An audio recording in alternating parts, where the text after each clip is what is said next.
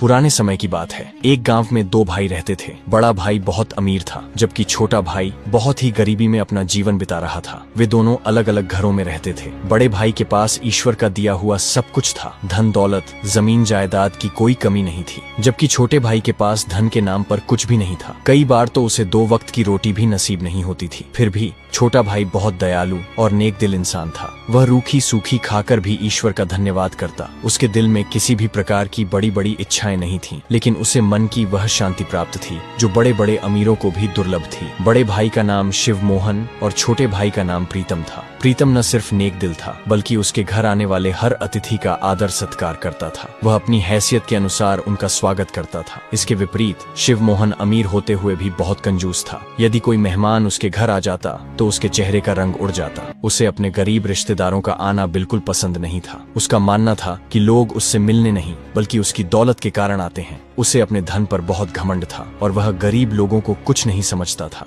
एक दिन गांव में एक बूढ़ा आदमी आया। उसने शिव मोहन का आलीशान घर देखा और दरवाजा खटखटाया। दरवाजे की आवाज सुनकर शिव मोहन बाहर आया। बूढ़े आदमी ने कहा, बेटा, क्या एक दिन के लिए तुम मुझे अपने घर में आसरा दे सकते हो? मैं बहुत थका हुआ हूँ और बहुत भूखा भी। शिव मोहन ने उसकी बात सुनकर तिरस्कार से कहा, अरे बाबा, क्या तुम्हें ये कोई धर्मशाला लगती है? मेरे घर में तुम जैसे भिखमंगों के लिए कोई जगह नहीं है। अच्छा होगा कि सामने जो टूटा फूटा घर है वहाँ चले जाओ। वहाँ एक आदमी रहता है, प्रीतम नाम का, वह तुम्हें जरूर आसरा देगा। यह सुनकर बूढ़े आदमी को समझ में आ गया कि शिव मोहन कंजूस और घमंडी व्यक्ति हैं। वह चुपचाप वहाँ से चला गया और प्रीतम के घर के दरवाजे पर जाकर दस्तक दी। प्रीतम मुस्कुराते हुए बाहर आया और बोला, कहिए बाबा जी, कैसे आना हुआ? बूढ़े आदमी ने कहा, बेटा, मैं बहुत थका हुआ हूँ। इससे पहले कि वह आगे कुछ कह पाता, प्रीतम बोला, बाबा, पहले आप अंदर आइए, बाकी बातें हम अंदर बैठकर करेंगे। प्रीतम उसे घर के अंदर ले गया, बैठाया और सबसे पहले पानी पिलाया। पानी पीने के बाद बूढ़ा आदमी बोला, बेटा, मैं इस गांव में एक बहुत जरूरी काम से आया हूँ। मुझे बस रात बिताने के लिए एक आसरा चाहिए। सुबह होते ही मैं चला जाऊंगा। प्रीतम ने मुस्कुराते हुए कहा, बाबा जी,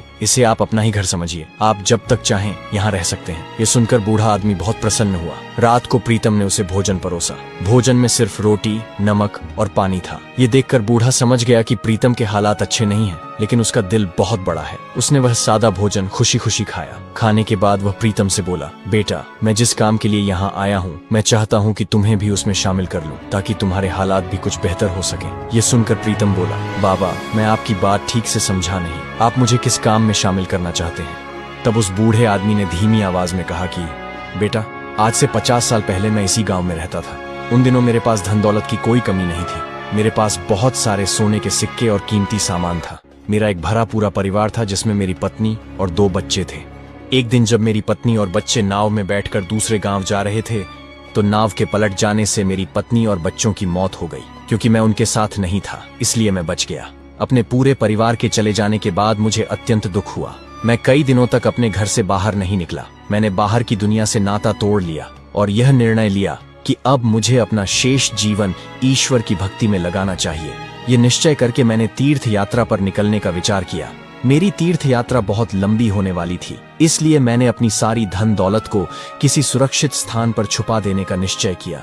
तब मैंने अपने सारे खजाने को एकत्र किया और पास के ही जंगल में एक गुप्त स्थान पर छुपा दिया। लेकिन एक सोने की ईंट मैंने अपने पास ही रख ली, ताकि उसे बेचकर कुछ धन प्राप्त कर सकूं और अपनी यात्रा प्रारंभ कर सकूं। मैं अपनी यात्रा पर निकल पड़ा।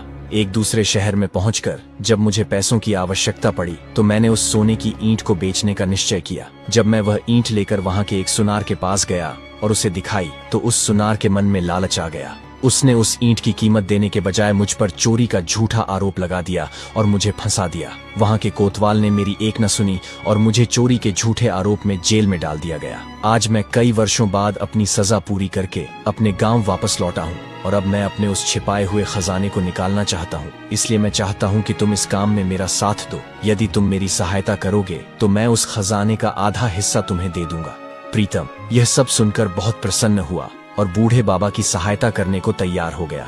बूढ़े बाबा ने उस रात प्रीतम के घर ही विश्राम किया और सुबह सूरज निकलने से पहले वे दोनों लोगों की नजरों से बचते बचाते जंगल की ओर चल पड़े। जंगल के भीतर पहुंचकर बूढ़े बाबा ने एक पुराना नक्शा निकाला और उसमें बनी निशानियों के अनुसार रास्ता पहचानने लगे। कुछ ही देर में वे एक बड़े बरगद के पेड़ के नीचे पहुंच गए। बूढ़े बाबा ने कहा, बेटा, यही वह जगह है जहां मैंने खजाना छुपाया था। अब तुम यहाँ खुदाई शुरू कर दो। प्रीतम ने कुदाल निकाली और खुदाई शुरू की। कुछ देर बाद उसे वहां एक लकड़ी का संदूक दिखाई दिया। उसने कुदाल एक ओर रख दी और संदूक निकालकर बाबा के सामने रख दिया। फिर वे दोनों उसे लेकर घर लौट आए। घर पहुंचकर जब उन्होंने संदूक खोला तो वे दंग रह गए। संदूक के भीतर सोने की ईंटें और सोने की मुहरें भरी हुई थीं। यह देखकर प्रीतम आश्चर्यचकित रह गया। बूढ़े बाबा ने उसमें से आधा सोना निकालकर प्रीतम को दे दिया और बाकी आधा सोना संदूक में ही रहने दिया। फिर बाबा ने समझाया, बेटा, इस धन का उपयोग बहुत ही सावधानी से करना। कहीं ऐसा ना हो कि तुम भी मेरी तरह किसी मुसीबत में फंस जाओ। मेरे पास तो केवल एक ईंट थी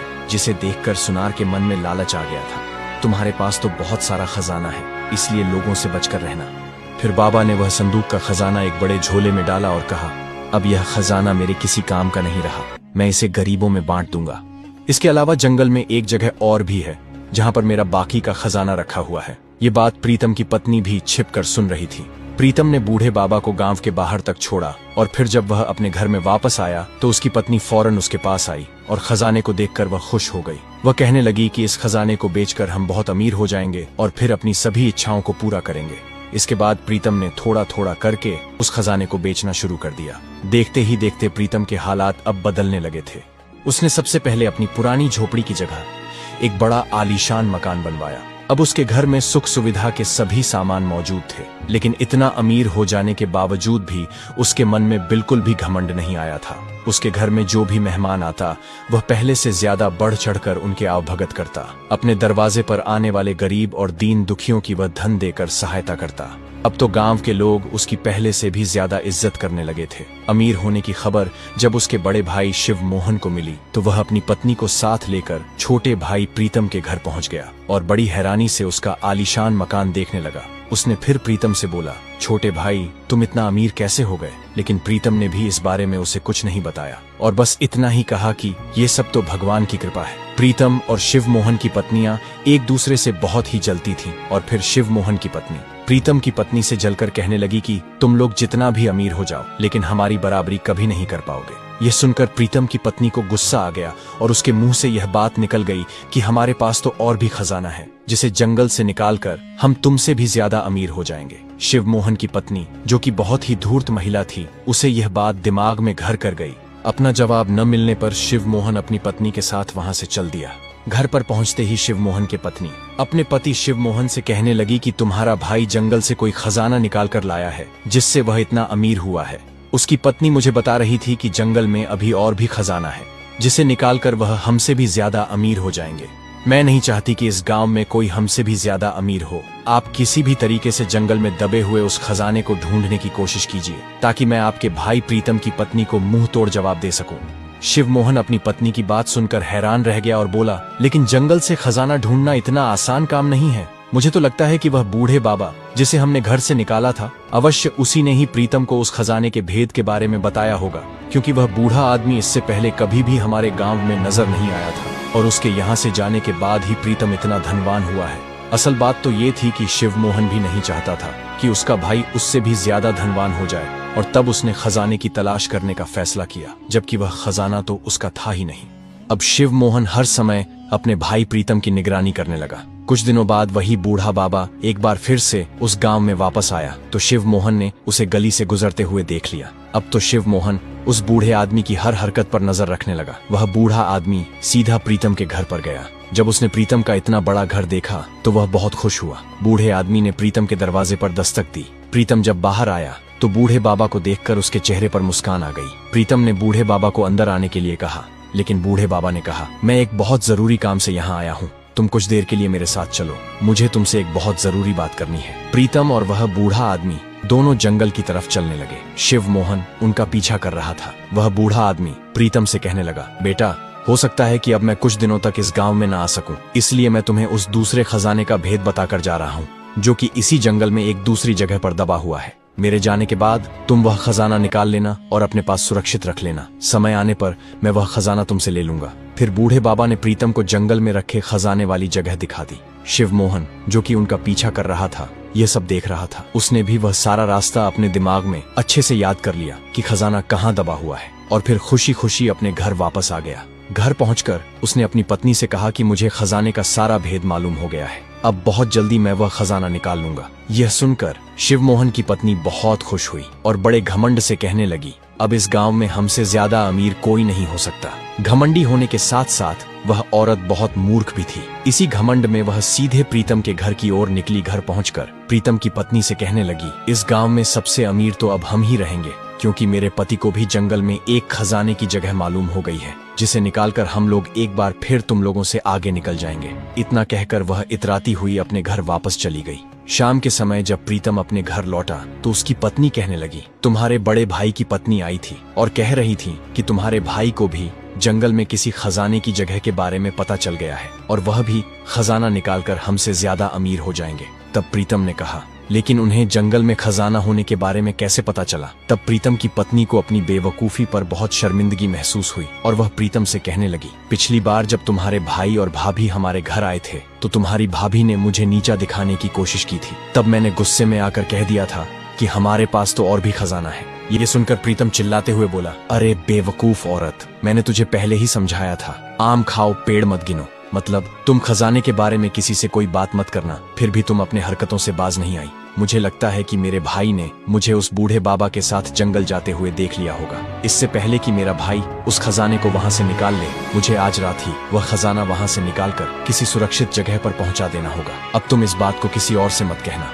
फिर प्रीतम उसी रात कुदाल लेकर जंगल में खजाना निकालने गया और थोड़ी देर में ही खुदाई करते हुए उसे वह खजाना नजर आ गया। फिर वह वहां से खजाना निकालकर उसे सुरक्षित अपने घर ले आया और बिल्कुल सुरक्षित घर के स्थान में छिपा दिया। अगली रात शिव मोहन उस जगह पर पहुंचा और खुदाई करने लगा, लेकिन जब उसने देखा कि वहां कोई खजाना नहीं है तो वह हैरान रह गया। वह सोचने लगा, मेरा छोटा भाई तो बड़ा चालाक निकला, शायद उसे पहले ही मेरी योजना का पता चल गया था और वह मुझसे पहले ही खजाना निकाल कर ले जा चुका है। दूसरी ओर उसी रात शिवमोहन की पत्नी घर पर अकेली रह गई थी, तो पीछे से मौका देखकर चोरों ने उसके घर पर धावा बोल दिया और उसके घर से सारा धन और कीमती सामान लेकर फरार हो गए। शिवमोहन जब अपने घर पर पहुंचा तो उसका चेहरा उतरा हुआ था। उसकी पत्नी भी बहुत परेशान नजर आ रही थी। एक दूसरे को परेशान देखकर दोनों के चेहरे का रंग उड़ गया। शिवमोहन अपनी पत्नी से पूछने लगा कि तुम्हें क्या हुआ, तुम्हारे चेहरे की हवाइयां क्यों उड़ी हुई हैं? तब उसकी पत्नी बोली, आपके जाने के बाद कुछ चोर घर में घुस आए और सब कुछ लूट कर फरार हो गए, इसलिए मैं परेशान हूँ। लेकिन आप बताइए, आप खाली हाथ क्यों लौटे?